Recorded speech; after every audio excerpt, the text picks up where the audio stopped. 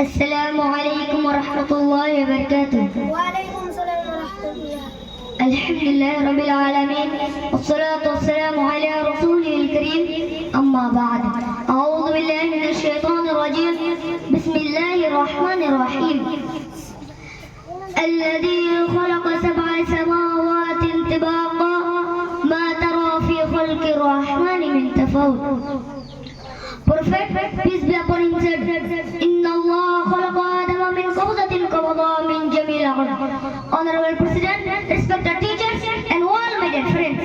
Today I am to say, in this annual program, on the topic, Allah is the creator of all things.